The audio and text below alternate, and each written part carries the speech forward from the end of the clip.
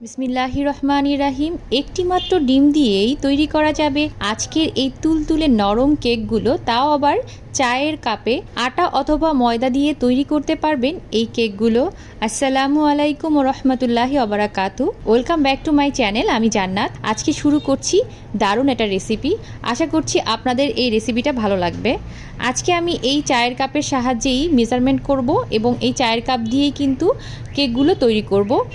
আর এখানে আমরা যেহেতু চুলাতেই কেকগুলো তৈরি করব, তাই একটা হাঁড়ির ভেতরে কিছু সাদা কাগজ নিয়ে নিয়েছি। আর প্রথমেই আমি বলে দিচ্ছি, আমি আজকে আটা দিয়ে কেক তৈরি করব। এই চায়ের কাপ মেপেই আমি 1.5 কাপ পরিমাণ আটা ব্যবহার করব। আপনারা কিন্তু এর সম পরিমাণ ময়দাও ব্যবহার করতে পারেন। আর দিয়ে দিয়েছি লবণ স্বাদ মতো, আর বেকিং পাউডার দিয়ে দিলাম 1/2 চা চামচ এবং বেকিং সোডা দিয়ে দিলাম 1/4 চা চামচ। তারপর সবগুলো উপকরণ খুব ভালোভাবে চালনির সাহায্যে চেলে নিয়েছি।